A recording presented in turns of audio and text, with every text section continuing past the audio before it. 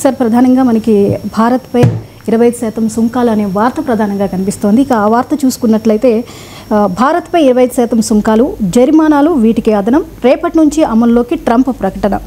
మిత్రదేశం అంటూనే భారీ భారం, రష్యాతో వాణిజ్య సంబంధాలపై తీవ్ర ఆక్షేపణ, దేశ ప్రయోజనాలు కాపాడుకుంటామంటూ భారత ప్రభుత్వం అంటోంది.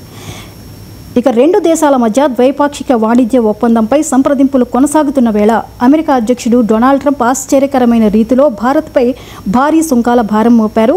భారత్ తమకు మిత్రదేశం అంటూనే అక్కడి నుంచి వచ్చే అన్ని రకాల వస్తువులపై 25% పన్నులు విధించారు. దీనికి అదనంగా జరిమానాలు ఉంటాయని బుధవారం ప్రకటించారు. ఇవి ఆగస్టు 1 నుంచి ఈ నిర్ణయం అమల్లోకి రానుంది. సార్, మరి ఈ చర్యల్ని, ట్రంప్ చర్యల్ని మనం ఎలా చూడొచ్చు సార్? అంటే మీరు ఇందులో ట్రంప్ భారత్ పైన 25% ఈ టారిఫ్ విధించారు. ఇప్పుడు ఆగస్టు 1 నుంచి రేపటి నుంచి అమలయ్యేది. దీనికి అదనంగా గతంలో విధించిన 10% బేసిక్ టారిఫ్ ఉంది.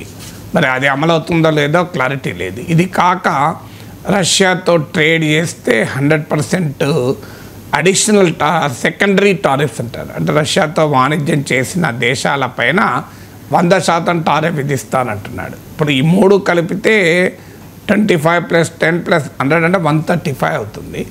లేదు అన్నీ కలిపి 25 ఉంటుందో క్లారిటీ లేదు.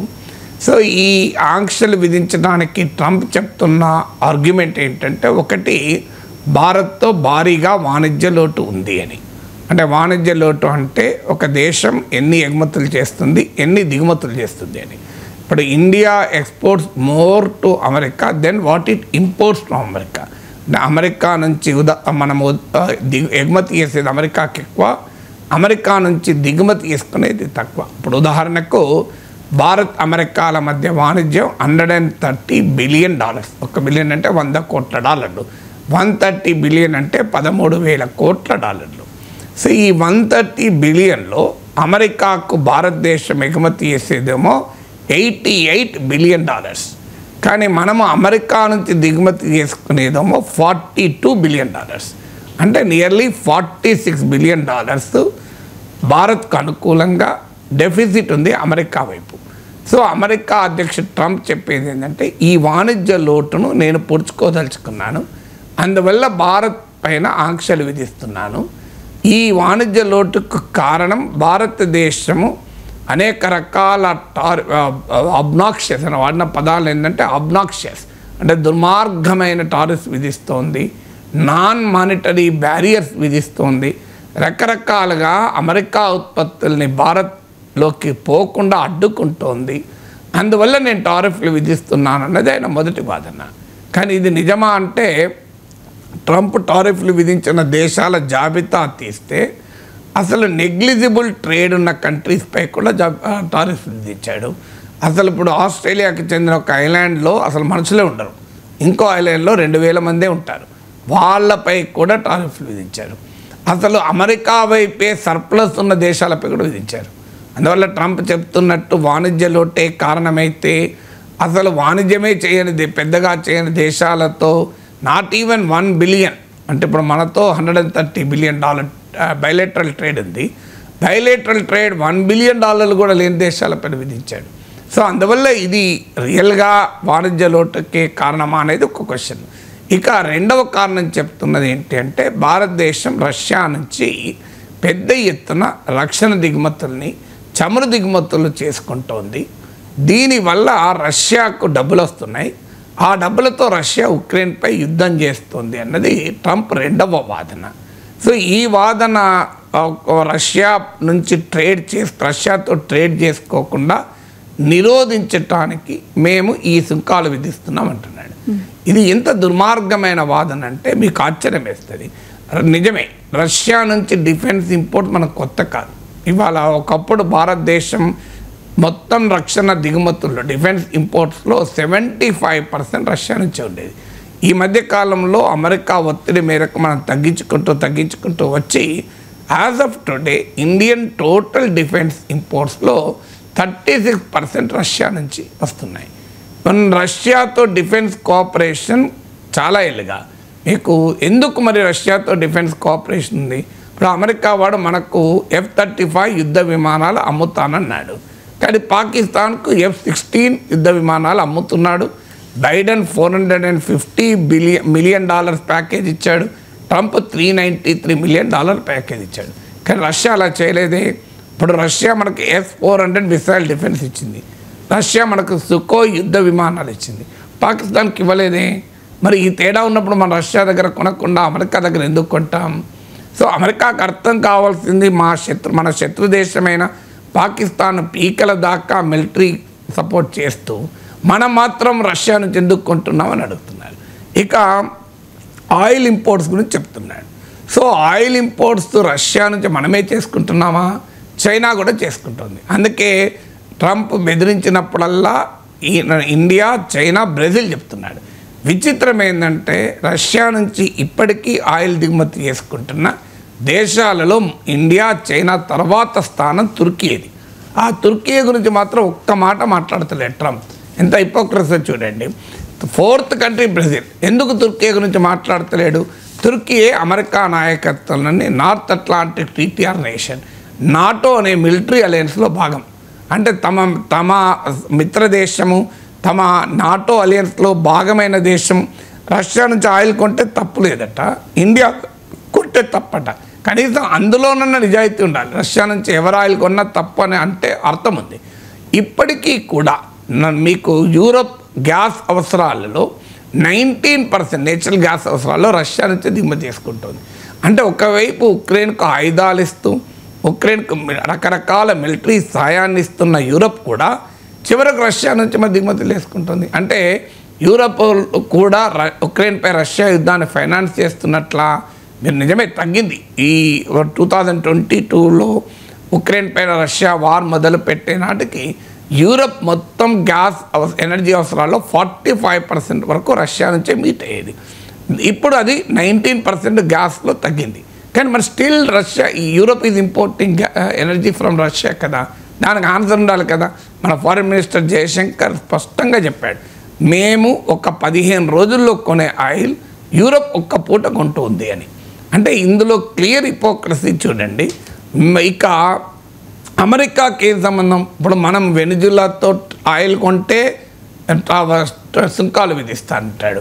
మనం ఇరాన్ నుంచి ఆయిల్ కొంటే అమెరికా సుంకాలు విధిస్తానంటోంది. రష్యా నుంచి ఆయిల్ కొన్నా, రక్షణ దిగుమతులు చేసుకున్నా సుంకాలు టారిఫ్ విధిస్తా అంటోంది. దీనికి కారణం ఏంటంటే ట్రంప్ చెప్తున్న చట్టం, అమెరికాలో ఒక చట్టం ఉంది, దాన్ని కార్సా చట్టం అంటారు, countering American adversaries through sanctions act అని. ఈ కార్సా చట్టం కింద అమెరికా శత్రువులతో ఎవరైతే వాణిజ్యం చేస్తారో వారిపైన మేము సుంకాలు విధిస్తామని. Countering American adversary through sanctions act అంటే అమెరికా శత్రువులతో ఎవరు వ్యాపారం చేసినా మేము వారిపైన శాంక్షన్స్ విధిస్తామంటున్నారు. అందుకే అమెరికా శత్రువు వెనిజులా కనుక వెనిజులాతో ట్రేడ్ చేస్తే మేము శాంక్షన్స్ విధిస్తాం. అమెరికా శత్రువు ఇరాన్ కనుక ఇరాన్తో ట్రేడ్ చేస్తే మేము శాంక్షన్స్ విధిస్తాం. అమెరికా శత్రువు రష్యా కనుక రష్యాతో ట్రేడ్ చేస్తే మేము శాంక్షన్ విధిస్తామంటున్నారు.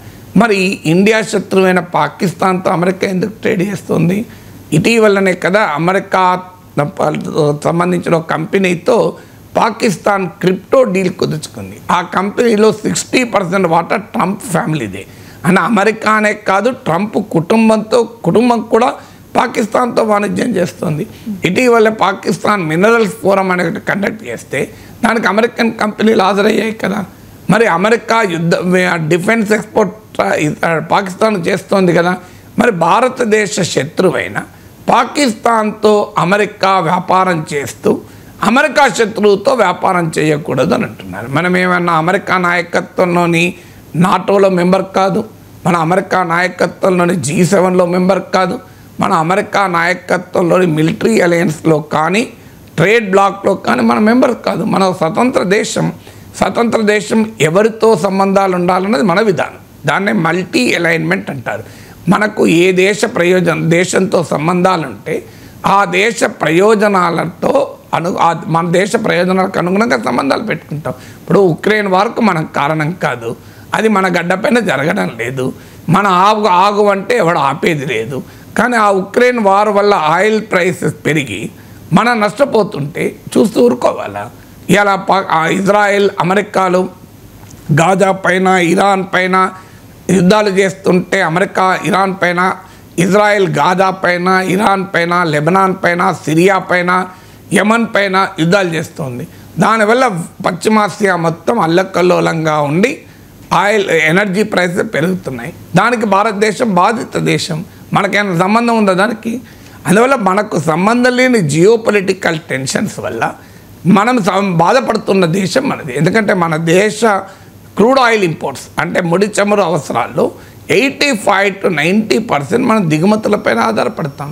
అలాంటప్పుడు it is our independent autonomous ఒక స్వతంత్ర భారతదేశానికి ఉన్న సావరెన్ రైట్ ఏంటి? మా దేశ ప్రజలకు చౌకగా ఇంధనం ఎక్కడ దొరికితే అక్కడ కొంటాం. అది రష్యా నుంచి కొంటే రష్యాతో కొంటాం. సో మాకు Russia is a reliable defence partner. ఇప్పుడు ఉదాహరణకు రష్యా నుంచి మనం సుకోయ్ యుద్ధ విమానాలు కొన్నాం. అగ్రిమెంట్ ఏంటి? మొదట్లో కొన్నాం, తర్వాత సుకోయ్ యుద్ధ విమానాలు మనమే తయారు చేసుకుంటున్నాం. దీన్నే టెక్నాలజీ ట్రాన్స్ఫర్ అంటారు. సో రష్యాతో మన డిఫెన్స్ ఇంపోర్ట్స్ ఎందుకు పెరిగాయి? దానికి కారణం ఏంటంటే, ఒకటి అమెరికా మనకి ఇవ్వనందుకు, రెండు డిఫెన్స్ ఇంపోర్ట్స్ పైనే శాశ్వతంగా ఆధారపడకుండా ఒక్కసారి రష్యా నుంచి మనం ఏమైనా కొనుక్కుంటే దాని తర్వాత బ్యాచ్ మనం కొనం, మనమే తయారు చేసుకుంటాం. దానికి రష్యా సపోర్ట్ చేస్తుంది. ఇప్పుడు ఉదాహరణకు సుకోయ్ యుద్ధ విమానాలు ఉన్నాయి, అవి మన ఇండియాలోనే తయారవుతున్నాయి. మన హిందుస్థాన్ ఏరోనాటిక్స్ లిమిటెడ్ బాలానగర్లో హైదరాబాద్లో ఉంది. అక్కడ సుకోయ్కి సంబంధించిన పార్ట్స్ కూడా తయారవుతాయి. అలాగే మనము రష్యాతో మనకు ఉన్నటువంటి అండర్స్టాండింగ్ ఏంటంటే, ఇప్పుడు బ్రహ్మోస్ మిసైల్ ఉంది, రష్యా ఇండియా కలిపి తయారు చేసింది. ఇప్పుడు దాని భారతదేశం ఎగుమతులు కూడా చేసుకుంటుంది ఫిలిప్పీన్స్కు. ఇటీవల పాకిస్తాన్కు చెందిన నూర్ఖాన్ ఎయిర్ బేస్ను ధ్వంసం చేయడంలో చైనీస్ ఎయిర్ డిఫెన్స్కు ఛేదించి బ్రహ్మోస్ మిసైల్ పనిచేసింది. రష్యా ఇండియా కలిపి బ్రహ్మోస్ మిసైల్ తయారు చేసింది. అందుకే దాన్ని బ్రహ్మోస్ అంటారు. అంటే భారతదేశానికి చెందిన బ్రహ్మపుత్ర నది, రష్యాకు చెందిన మాస్కోవా నది, ఈ రెండు పేర్లతో కలిపి బ్రహ్మోస్ పెట్టారు.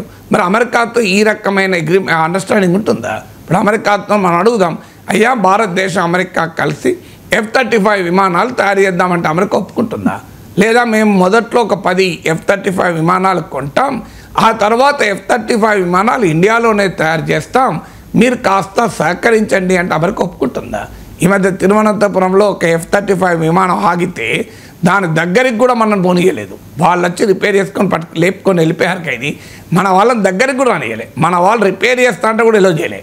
అంటే అంత సీక్రెసీ అమెరికా మెయింటైన్ చేస్తుంది.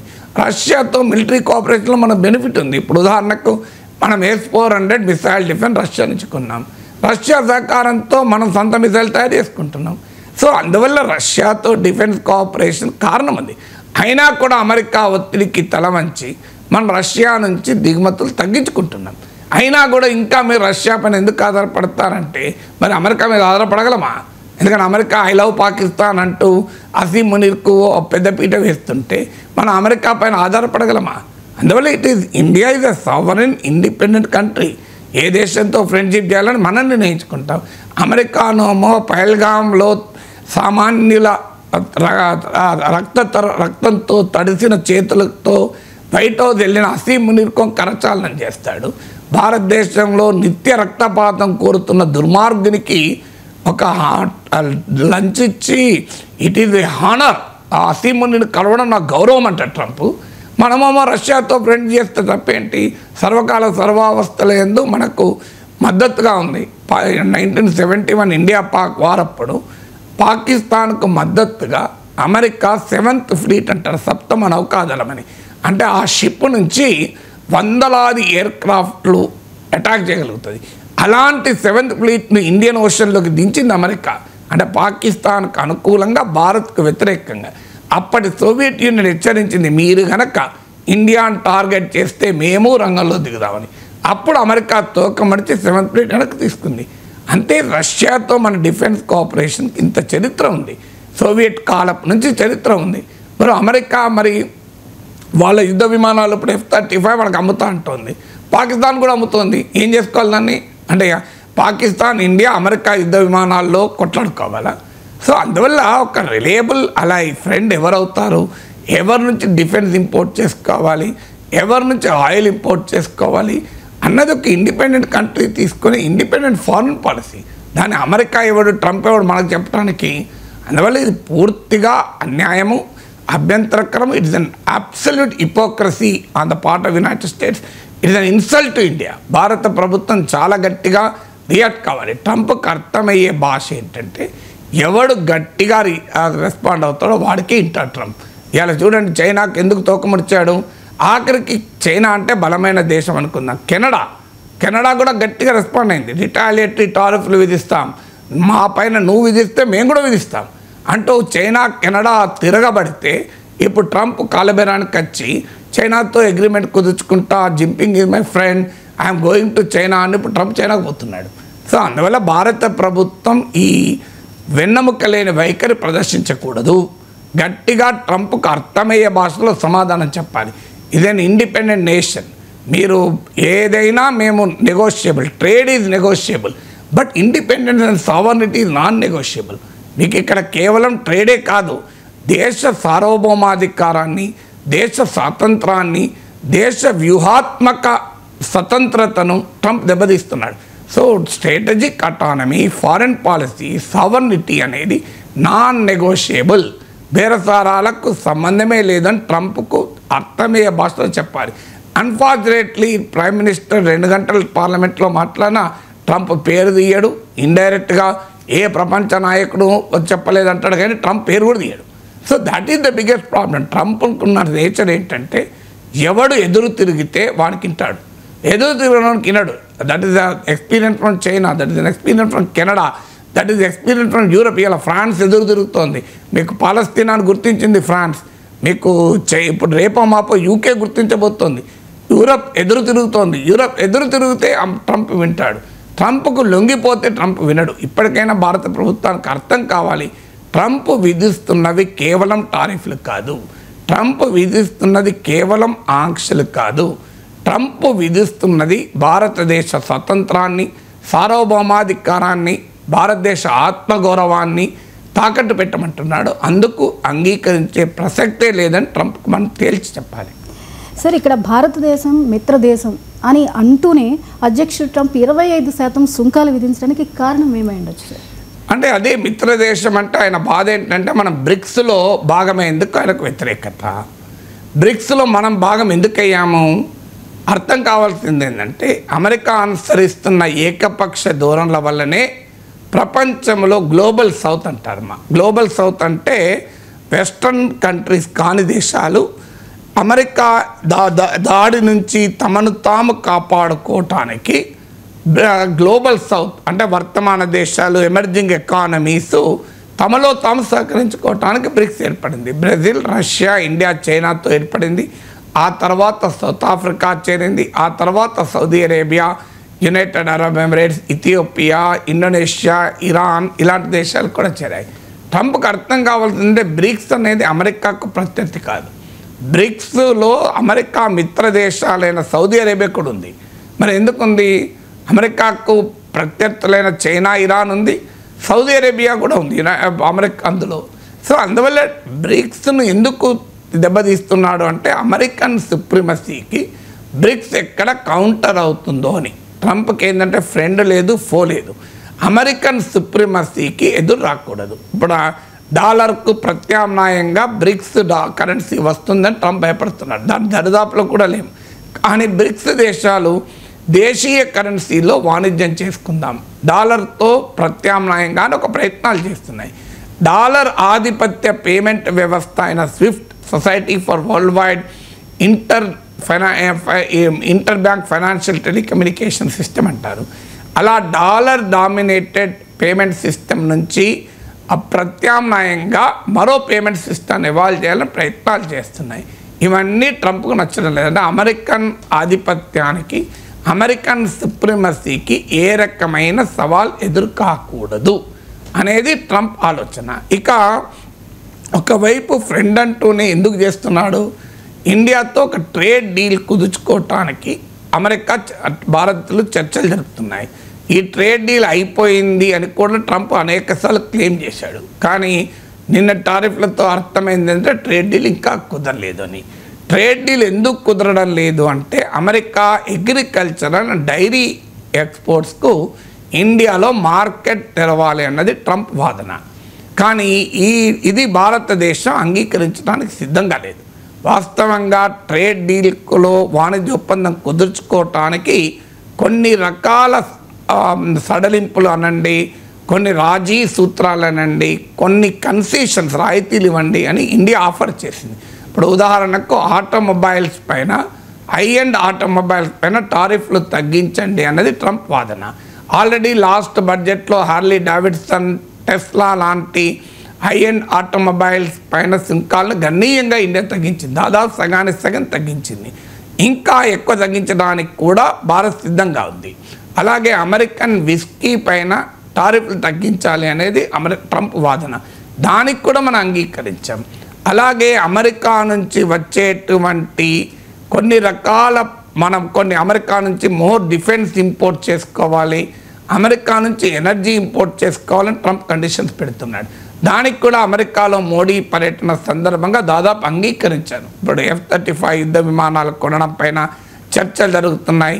నేను ఇంతకుముందు చెప్పినట్లు ఒకప్పుడు 75% ఆఫ్ డిఫెన్స్ ఇంపోర్ట్స్ మనకు రష్యా నుంచి ఉండేవి. ఇప్పుడు అది 36% తగ్గించుకున్నాం. సో అమెరికాతో డిఫెన్స్ ట్రేడ్ పెరుగుతోంది. అలాగే అమెరికాతో ఎనర్జీ ట్రేడ్ కూడా పెరుగుతుంది. ఇన్ని ఒప్పుకున్నా ట్రంప్ అంగీకరించడం లేదు. ఎందుకంటే ట్రంప్ కోరుకుంటున్నది ఏంటంటే, ఒకటి, అమెరికా అగ్రికల్చరల్ అండ్ డైరీ ప్రొడక్ట్స్కు ఇండియన్ మార్కెట్ తెరవాలని. అంటే ఉదాహరణకు అమెరికా బియ్యం, అమెరికా గోధుమలు, అమెరికా పాలు, అమెరికా చీజు మనం తెప్పించుకోవాలని. ఇది భారతదేశం అంగీకరించడం లేదు. ఎందుకు అంగీకరించడం లేదంటే, ఈ దేశ ప్రజల్లో ఇప్పటికీ 50% మంది వ్యవసాయం పైన ఉపాధి ఆధారపడుతున్నారు. ఒక్కసారి ఫారిన్ అగ్రికల్చరల్ ప్రొడక్ట్స్కి మనం అనుమతిస్తే ఇండియాలో ఫార్మర్ దెబ్బతింటారు. ఇప్పుడు ఉదాహరణకు ఇండోనేషియా నుంచి విచక్షణ రహితంగా పామాయిల్ దిగుమతి చేసుకుంటే కేరళలో కొబ్బరి రైతులు నష్టపోయారు. అలాగే మీకు ఇప్పుడు ఆల్రెడీ ఫారిన్ అగ్రికల్చరల్ ప్రొడక్ట్స్ ఇప్పుడు ఇండియాలో అమ్ముతున్నారు. ఇంకా నీకు ఎక్కువగా అనుమతిస్తే అవి చీప్, ఎందుకంటే అమెరికాలో అగ్రికల్చర్ పైన భారీగా రాయితీలు ఉంటాయి. ఇప్పుడు మన దేశంతో పోలిస్తే చాలా ఎక్కువ రాయితీలు ఉంటాయి. అమెరికా జనాభాలో 2% మాత్రమే అగ్రికల్చర్ పైన ఆధారపడుతున్నారు. ఇండియన్ జనాభాలో 50% అగ్రికల్చర్ పైన ఆధారపడుతున్నారు. అందువల్ల అమెరికా నుంచి వచ్చే cheaper agriculture and dairy products వస్తే మన దేశంలో ఉన్న రైతాంగం నష్టపోతారు. అందుకే భారత ప్రభుత్వం దానిపైన కాస్త గట్టిగా బిగుసుకొని కూర్చుంది. దీన్ని ఛేదించాలన్నది ట్రంప్ లక్ష్యం. ట్రంప్ ఈ టారిఫ్లు విధించేదంటే ఒక రకంగా బ్లాక్మెయిల్, అంటే అమెరికా డిమాండ్లకు భారతదేశం తలవంచాలి అన్నది లక్ష్యం. ఎందుకు ఇప్పుడు ఇంకొక కారణం కూడా ఏంటంటే, అమెరికా ఆల్రెడీ ఇండోనేషియాతో, జపాన్తో, వియత్నాంతో, ఫిలిప్పీన్స్తో వాణిజ్య ఒప్పందాలు కుదుర్చుకున్నాయి. ఇవన్నీ కూడా ఏకపక్ష ఒప్పందాలు కుదుర్చుకున్నాయి. ఇప్పుడు ఉదాహరణకు జపాన్ చాలా కాలంగా తన రైస్ మార్కెట్లోకి ఇతర దేశాలని ఎలో చేయలే. ఎందుకంటే జపాన్ రైస్ ప్రొడ్యూసింగ్ కంట్రీ కనుక రైస్ ఇంపోర్ట్స్ని ఎలో చేయలే. కానీ ఇప్పుడు జపాన్తో ట్రంప్ బలవంతాన బెదిరించి కుదుర్చుకున్న ఒప్పందం ద్వారా జపాన్ ఇంపోర్ట్ చేసుకునే అమెరికన్ రైస్ 75% పెరగబోతుంది. అలాగే మీకు వియత్నాం, ఫిలిప్పీన్స్, ఇండోనేషియా అమెరికా వస్తువులపైన 0 డ్యూటీ విధిస్తామని అంగీకరించారు. 0. ఇక అమెరికా నుంచి వచ్చే ఏ వస్తువులపైన సుంకాలు విధించవు. కానీ అమెరికా మాత్రం ఇండోనేషియా వస్తువులపైన 19% సుంకాలు విధిస్తారు. ఎంత అన్యాయమో చూడండి. ఇండోనేషియా అమెరికా వస్తువులపైన 0, ఎలాంటి టారిఫ్ విధించకూడదు. కానీ ఇండోనేషియా నుంచి వచ్చే వస్తువులపైన అమెరికా 19% సుంకాలు విధిస్తూ ఉంటుంది. దానికి కూడా ఆ దేశాలు ఒప్పుకున్నాయి. ఎందుకు ఒప్పుకున్నాయో ఆ దేశాల లెక్కలు ఆ దేశాలకు ఉండవచ్చు, అది వాళ్ళ ఇష్టం అది. కానీ భారత్తో కూడా ఇలాంటి ఒప్పందమే కుదుర్చుకోవాలి. అంటే ఉదాహరణకు జపాన్కు రైస్ ఎక్స్పోర్ట్స్కు అగ్రిమెంట్ కుదిరింది కనుక ఇండియా కూడా అమెరికన్ అగ్రికల్చర్ ప్రొడక్ట్స్ ఎలో చేయాలి. వియత్నాం, ఫిలిప్పీన్స్, ఇండోనేషియాలు 0 డ్యూటీలకు కూడా ఒప్పుకున్నాయి కనుక ఇండియా కూడా 0 డ్యూటీకి ఒప్పుకోవాలి అని. కానీ ఇండియాకు అది నష్టం. ఇప్పుడు ఈ టారిఫ్ల వల్ల నష్టం లేదా అంటే ఖచ్చితంగా నష్టం. ఇప్పుడు ఇదే టారిఫ్లు కనుక నిలబడితే, ఎందుకు నిలబడితే అంటున్నానంటే ట్రంప్ది నమ్మకం ఉండదు. ఇవాళ ఏం మాట్లాడతాడో రేపేం మాట్లాడతాడో ఎవరికీ తెలియదు. ఇప్పుడు ఆగస్టు 1 నుంచి మొదలవుతాయి అన్నాడు. అంటే ఆగస్టు 1 ఎన్ని రోజులు ఉన్నాయి? ఇంకొక 20 అవర్స్ మీకు, ఇంకా 16 అవర్స్ ఉంది, 15 అవర్స్ ఉంది. ఈ 15 గంటల్లో ఎనీథింగ్ కెన్ చేంజ్. ఇది ఇంగ్లీష్లో ఒక ఈడియం ఉంది, there can be a many a slip between the cup and the lip అని. అంటే కప్పు మన పెదవికి తాకే లోపల స్లిప్ కావచ్చు అని. అది ట్రంప్ స్వభావం అది. కానీ ఈ సుంకాలే ఉంటే ఖచ్చితంగా కొన్ని ఇండియన్ ఎక్స్పోర్ట్ నష్టపోతాయి. ఉదాహరణకు ఆటోమొబైల్స్, టెక్స్టైల్స్, అలాగే జెమ్స్ అండ్ జ్యువెలరీ, ఫార్మాసిటికల్స్, ఈ ఎగుమతులు దెబ్బతింటాయి అమెరికాకు మనం. అయితే ఇండియన్ ఎక్స్పోర్ట్ దెబ్బతినడమే కాదు, అమెరికన్ కన్జ్యూమర్స్ కూడా ఇవి కాస్ట్లీ అవుతాయి. ఇప్పుడు అమెరికాలో అమ్మే యాపిల్ ఫోన్లలో గణనీయమైన భాగం ఇండియాలో తయారవుతున్నాయి. అలాగే అమెరికాలో ఉండే ఆండ్రాయిడ్ మిడ్ రేంజ్ ఫోన్లు చాలా ఇండియాలో తయారవుతున్నాయి. ఈ మధ్య కాలంలో భారత ప్రభుత్వం production linked insurance scheme PLI అమలు చేశాక ఇండియాలో మొబైల్ ఫోన్ మ్యానుఫ్యాక్చరింగ్ చాలా పెరిగింది. ఇండియా ఎలక్ట్రానిక్స్ ఎగుమతులు అమెరికాకు ఎగుమతి చేస్తుంది. అందువల్ల ఇప్పుడు అమెరికాలో ఈ ట్రంప్ విధించిన, భారత్పై విధించిన 25% టారిఫ్ల వల్ల అమెరికాలో స్మార్ట్ ఫోన్ల ధరలు, ఆటోమొబైల్స్ ధరలు, ఔషధాలు, ఫార్మాసిటికల్స్ ధరలు, టెక్స్టైల్స్, గార్మెంట్స్ ధరలు, దుస్తుల ధరలు, అలాగే మీకు జెమ్స్ అండ్ జ్యువెలరీ పైన, India is a very big exporter of diamonds to America. So వీటన్నిటి ధరలు పెరుగుతాయి. ఇది వన్ వేగానే ఇంపాక్ట్ ఉండదు, అమెరికన్ కన్జ్యూమర్స్పై కూడా ఎఫెక్ట్ ఉంటుంది. అందువల్ల భారత ప్రభుత్వం పైన ఒత్తిడి తెచ్చి ఇప్పుడు ఇన్ని రకాల ఎగుమతుల పైన సుంకాలు, టారిఫ్ పెరుగుతుంది కనుక, ఈ ఎక్స్పోర్ట్స్ అన్నీ దెబ్బతింటాయి కనుక ఇండియా బేరానికి వచ్చి అమెరికా అగ్రికల్చర్ ప్రొడక్ట్స్కు, అమెరికన్ డైరీ ప్రొడక్ట్స్కు మన ఎకానమీని తెరవాలి భారీగా అనే ఒత్తిడి తేవటానికి ట్రంప్ ఈ సుంకాలు విధిస్తున్నాడు. ఇకపోతే ట్రంప్ భారత్కి మిత్రులు అని మనం భావించాం. అలాగే ట్రంప్ వస్తే భారత్కి లాభం చేకూరుతుంది అనుకున్నాం. అయితే భారతదేశంపై ట్రంప్ మొదటి నుంచి అనుసరిస్తున్న వైఖరిని ఎలా చూడాలి? అంటే మీరు అన్నారు భావించామని, మీరు అన్న నిజమే జ్యోతి గారు, మీరు అన్న నిజమే. భారతదేశంలో చాలామంది అలా భావించారు. నాలాంటి వాడే భావించలేదు. మీరు నా వీడియోలు చూడండి, డే 1 నుంచి. ఇప్పుడే కాదు, 2016లో ట్రంప్ క్యాంపెయిన్ అప్పుడు కూడా Trump is dangerous for India అన్నదే నా స్టాండ్. కానీ Bharatiya Janata Party, Narendra Modi for ideological reasons, అంటే భారత ప్రయోజనాల కన్నా బీజేపీ సైద్ధాంతిక ప్రయోజనాల రీత్యా ట్రంప్ను సమర్థించారు. ఎందుకంటే ట్రంప్ ఈజ్ యాంటీ ముస్లిం అనుకున్నారు, కానీ అది కూడా నిజం కాదని తేలిపోయింది. మరి అసీమునికి ఇచ్చిన గౌరవంతో ట్రంప్ అనే అతను తీవ్రవాదానికి వ్యతిరేకంగా పోరాడతాడు. Trump is a conservative right wing, బీజేపీకి కూడా రైట్ వింగ్ కనుక మన ఐడియాలజికల్ ప్యారిటీ ఉంటుంది అని బీజేపీ సమర్థించింది. ఓవర్సీస్ ఫ్రెండ్స్ బీజేపీ ట్రంప్కు ప్రచారం కూడా చేసింది. ఈవెన్ హౌడీ మోడీ, నమస్తే ట్రంప్ లాంటి ఈవెంట్స్ జరిపి నరేంద్ర మోడీ ట్రంప్ ప్రచారానికి సహకరించాడు. దానికి ప్రూఫ్ ఏంటంటే ట్రంప్ ప్రచార వీడియోల్లో మోడీ బైట్లు కూడా, హౌడీ మోడీ ఈవెంట్కి సంబంధించిన క్లిప్స్ కూడా ఉన్నాయి. అప్కి బార్ ట్రంప్ సర్కార్ అంటూ నినాదాలు కూడా ఇచ్చారు. అందువల్ల బీజేపీ సమాధానం చెప్పాలి. మీరు ట్రంప్ ఫ్రెండ్ అన్నారు కదా, ట్రంప్ వస్తే భారతదేశానికి లాభం అవుతుంది కదా అన్నారు కదా, ట్రంప్ వస్తే ఇస్లామిక్ తీవ్రవాదం పైన ఉక్కుపాదం మోపుతాడన్నాడు కదా, ట్రంప్ వస్తే పాకిస్తాన్ సంగతి తెలుస్తాడన్నారు కదా, మరి ఏమీ జరగడం లేదు కదా అని ఈ ప్రశ్న మనము భారతీయ జనతా పార్టీని అడగాలి, నన్ను కాదు. కానీ నాలాంటి వారు మొదటి నుంచి కూడా ట్రంప్ వైఖరి భారత్కు వ్యతిరేకం. ఎందుకంటే ట్రంప్ ఇది ట్రాన్సాక్షనల్ లీడర్. ట్రంప్ అమెరికన్ సుప్రిమసీని నిలబెట్టడానికి వేసేటువంటి ఎత్తుగడ. ఇప్పుడు ఉదాహరణకు రష్యాతో, పుటిన్తో ఫ్రెండ్షిప్ చేస్తున్నాడని వార్తలు వచ్చాయి. ఇప్పుడు ఏం చేస్తున్నాడు, మళ్ళీ రష్యాతో ట్రేడ్ చేస్తే టారిఫ్ విధిస్తా అంటున్నాడు. నిన్న మొన్నటి దాకా పుటిన్ ఈజ్ మై ఫ్రెండ్ అన్నాడు, రష్యాతో ఫ్రెండ్షిప్ చేస్తానన్నాడు. యునైటెడ్ నేషన్స్లో ఉక్రెయిన్లో రష్యా యుద్ధం ఆపమని యూరప్ తీర్మానం పెడితే ఇండియా అబ్స్టైన్ అయింది, అమెరికా వెళ్ళి రష్యాకు అనుకూలంగా ఓటు వేసింది. మరి సడన్గా ఇప్పుడు ఎందుకు మారాడు? రష్యా పట్ల నిజంగా ఫ్రెండ్షిప్ కాదు, రష్యాను ఉపయోగించుకొని చైనాను ఐసోలేట్ చేయాలి అని అనుకున్నాడు. దీన్నే రివర్స్ కిస్సింజర్ డిప్లొమసీ అంటారు.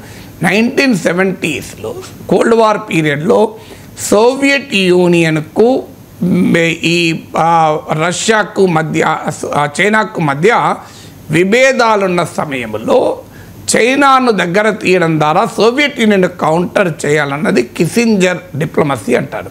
హెన్రీ కిస్సింజర్ అనే ఫారిన్ అఫైర్స్ ఎక్స్పర్ట్ చెప్పిన సూత్రం ఇది. దీనికి అనుగుణంగా ప్రెసిడెంట్ నిక్సన్ చైనా వెళ్ళాడు, చైనాతో ఫ్రెండ్షిప్ చేశారు. దాన్ని చైనా బ్రహ్మాండంగా ఉపయోగించుకొని ఒక బలమైన ఆర్థిక శక్తిగా ఎమర్జ్ అయింది. అందువల్ల కోల్డ్ వార్ పీరియడ్లో ప్రెసిడెంట్ నిక్సన్ కాలంలో చైనాను ఉపయోగించుకొని సోవియట్ యూనియన్ ఐసోలేట్ చేయాలని ఆ రోజు అనుకున్నారు. దాన్ని కిస్సింజర్ డిప్లొమసీ అంటారు. ఇప్పుడు ట్రంప్ అనుసరిస్తున్నది రివర్స్ కిస్సింజర్ డిప్లొమసీ.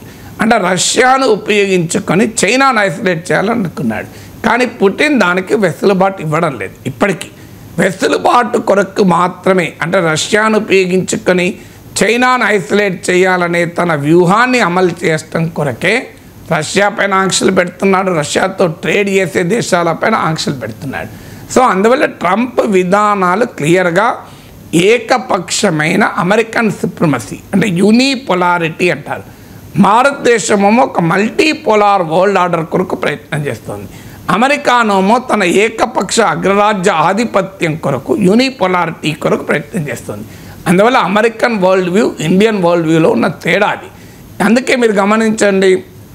అయితే మరి మనము అమెరికా ఎందుకు ఈ రకంగా చేస్తోంది, దీనికి మనం కారణం కాదా అంటే డెఫినెట్గా మన ప్రభుత్వాలు అమెరికాకు అనుకూలంగా అమెరికా ఒత్తిళ్లకు తలవంచుతూ అనుసరించిన విధానాల వల్ల అమెరికా మరింతగా బరితెగించటానికి కారణమవుతుంది. ఇప్పుడు ఉదాహరణకు అమెరికా చెప్పింది ఇరాన్ నుంచి మీరు ఆయిల్ దిగుమతులు ఆపేయాలి అని. ఎందుకంటే మాకు ఇరాన్ శత్రుదేశము. ట్రంప్ వచ్చాక ఒబామా టైంలో ఇరాన్తో అణు ఒప్పందం కుదుర్చుకున్నాడు. ట్రంప్ వచ్చాక ఆ అణు ఒప్పందాన్ని రద్దు చేసి ఇరాన్ పైన శాంక్షన్స్ పెట్టాడు. బైడెన్ కూడా శాంక్షన్స్ కొనసాగించాడు. సో అందువల్ల cards are countering American adversaries through sanctions act అని, అంటే ఆంక్షల ద్వారా అమెరికా శత్రువులను ఎదుర్కోవడం అనేది ఆ కార్డ్సా చట్ట సారాంశం. సో అలా ఆ చట్టాన్ని ఉపయోగించి మీరు ఇరాన్ నుంచి ఎలాంటి దిగుమతులు చేసుకోవద్దు అని ఒత్తిడి తెచ్చారు. ఆ దశలో భారత మొత్తం ముడి చమురు దిగుమతుల్లో 10% ఇరాన్ నుంచి, 10%. అండ్ ఇరాన్ నుంచి ఆయిల్ కొన్న చీప్ మనకు, ఎందుకంటే జాగ్రఫికల్గా మనకు దగ్గరగా ఉంటుంది ఇరాన్. దాంతోపాటు మనం రూపీస్లో చెల్లిస్తాం. దానివల్ల అడ్వాంటేజ్ ఏంటంటే ఆ రూపాయలతో ఇరాన్ మళ్ళీ మన దగ్గరే వస్తువులు కొనాలి. ఇన్ని రకాలుగా లాభం ఉన్నా మనం ఇరాన్ నుంచి దిగుమతులను జీరోకి పట్టుకొచ్చుకున్నాం అమెరికా ఒత్తిడితో. అందువల్ల ఆ రోజే మనము నో అని ఉంటే ఇవాళ ట్రంప్ ఈ స్థాయికి బరితెగించేవాడే కాదు, అమెరికా ఈ స్థాయికి బరితెగించే కాదు. కానీ ఒక్కసారి నువ్వు తలవంచాక ఇంకా తలవంచమంటారు. ఎవడైనా మన ఇళ్లలో కూడా చూడండి, ఓ మాట అంటే పడ్డాడు అనుకోండి, ఇంకా 4 మాటలు అంటావు. 4 మాటలన్నా పడ్డావు అనుకోండి, 10 మాటలు అంటాడు. కానీ మొదటి మాట అన్నప్పుడే ఏం మాట్లాడుతావు అన్నావు అనుకోండి, వాడు ఇంకోసారి అన్నాడు. Simple question. ఇప్పుడు అమెరికాతో వ్యవహార సరళికి కూడా భారత ప్రభుత్వం రాజీ పడడం వల్ల, ఇరాన్ విషయంలో అమెరికాకు సరెండర్ కావడం వల్ల ఈ పరిస్థితి వచ్చింది. ఇవాళ ఇరాన్లో చబహార్ పోర్ట్ అనేది అదొక కీలకమైన వ్యూహాత్మక పోర్ట్ మనది. మనం కాదంటే చైనా వాడు ఎంటర్ అవుతాడు. చబహార్ పోర్ట్ అనేది సెంట్రల్ ఏషియాకు వెళ్ళటానికి, అంటే మాజీ సోవియట్ రిపబ్లిక్లైన తుర్క్మెనిస్తాన్, కజకస్తాన్, తజకస్తాన్, కిర్జిజియా, ఉజ్బెకిస్తాన్ అని ఈ సెంట్రల్ ఏషియన్ రిపబ్లిక్స్. ఇక్కడ పెద్ద ఎత్తున ఎనర్జీ రిజర్వ్స్ ఉన్నాయి. సోవియట్ కాలం నుంచి ఇండియాకు మంచి రిలేషన్స్ ఉన్నాయి. సో ఈ చబహార్ పోర్ట్ అనేది యాక్సెస్ టు సెంట్రల్ ఏషియా కీలకం. అంతటి వ్యూహాత్మక ప్రాధాన్యత కలిగిన చబహార్ పోర్ట్ నుంచి కూడా అక్కడ మన ఇన్వెస్ట్మెంట్ని తగ్గించుకున్న అమెరికా ఒత్తిడి మేరకు మళ్ళీ ఇప్పుడు కాస్త మొదలు పెట్టాం. ఎందుకంటే మనం కాదంటే చైనా వాడు ఎంటర్ అవుతాడని చెప్పి మనం ఎంటర్ అయ్యాం. సో ఇలా ఇరాన్ విషయంలో మనం కంప్లీట్గా అమెరికాకు తలవంచాం. సో తలవంచిన తర్వాత అమెరికా వాడు ఏమనుకుంటాడు, ఇప్పుడు రష్యా విషయంలో కూడా తలవంచమంటున్నాడు. రష్యా విషయంలో తలవంచలేకపోతున్నాం. ఎందుకంటే రష్యా విషయంలో ఎందుకు తలవంచలేమంటానికి ప్రూఫే ఈ మధ్య ఆపరేషన్ సింధూర్. ఎందుకంటే ఇండియా పాకిస్తాన్ వార్లో ఒక్కటంటే మన ఎయిర్ బేస్ను కానీ మన మిలిటరీ అసెట్స్ కానీ పాకిస్తాన్ దాడి చేయలేకపోయింది. మనమేమో Sargodha air base, Nur Khan air base, పాకిస్తాన్లో ఉన్న 9 టెర్రరిస్ట్ స్థావరాలని, బహవల్పూర్ను, మునీర్కాలో ఉన్న లష్కర్ హెడ్ క్వార్టర్స్ను, మీకు బహల్పూర్లో ఉన్న Jaish Mohammed head quarter attack చేయగలం. ఎలా అటాక్ చేయగలిగాం? చైనీస్ ఎయిర్ డిఫెన్స్ వాడుతున్నాడు పాకిస్తాన్. దాన్ని మన బ్రహ్మోస్ మిసైలు మన యుద్ధ విమానాలు ఛేదించగలిగాయి. కానీ మనమేమో Russian made S-400 missile defence వాడాము. దాంతోపాటు మన దేశీయంగా తయారైన ఆకాశ్ మిసైల్ డిఫెన్స్ కూడా వాడాము. Russian made S-400 missile defence సమర్థవంతంగా పాక్ డ్రోన్లను, యుద్ధ విమానాల్ని, మిసైల్స్ ఆపగలిగింది. అలాంటప్పుడు అమెరికా ఒత్తిడి తెచ్చిన మోడీ ప్రభుత్వం రాజీ పడలేకపోయింది రష్యా విషయంలో. ఇరాన్ విషయంలో రాజీ పడ్డది. ఇరాన్ విషయంలో రాజీ పడే వరకు రష్యా విషయంలో కూడా రాజీ పడమని అంటున్నారు. రాజీ పడలేకపోతుంది రష్యా విషయంలో. ఎందుకు? ఈ డిఫెన్స్, రష్యాతో ఉన్న డిఫెన్స్ కోఆపరేషన్కు ఉన్న సిగ్నిఫికెన్స్ అది.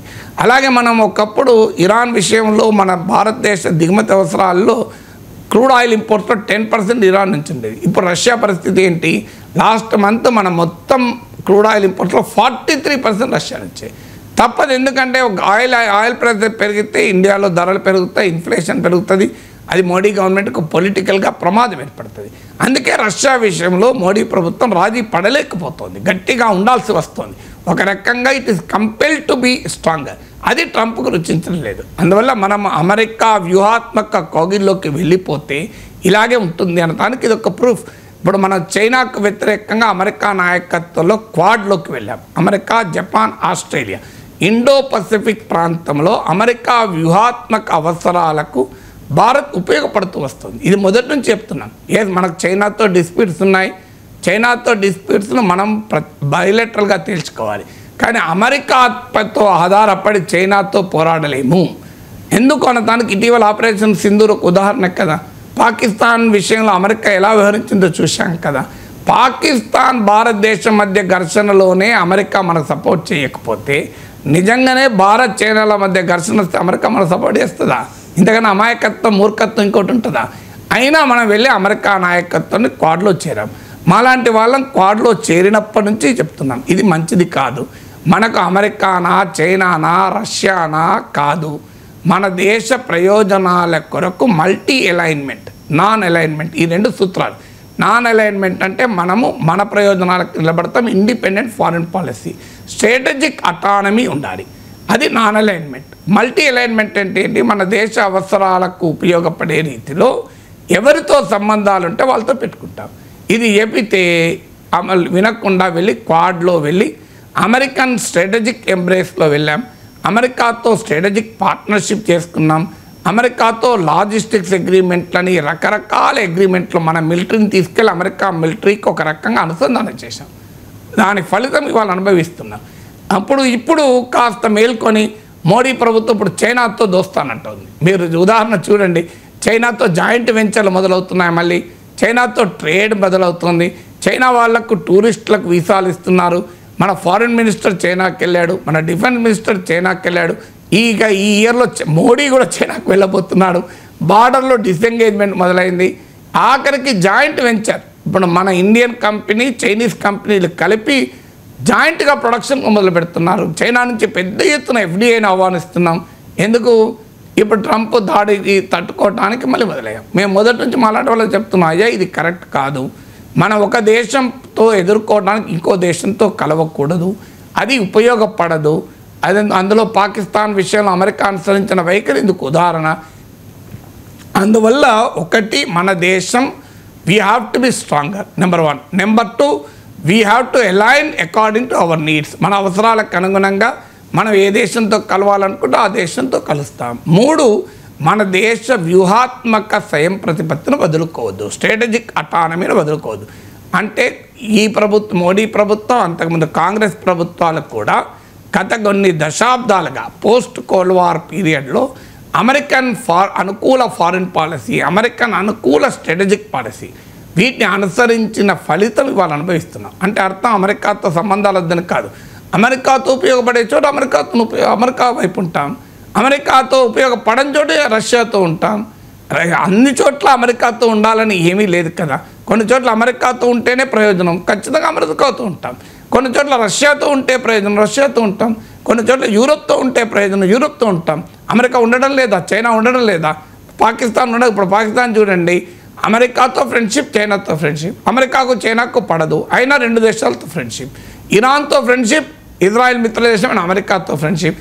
పాకిస్తాన్ అంటే అమెరికా ఫ్రెండ్షిప్తో, చైనా ఫ్రెండ్స్తో లాభపడుతుంది. America ఫ్రెండ్షిప్తో, Iran ఫ్రెండ్షిప్తో లాభపడుతుంది.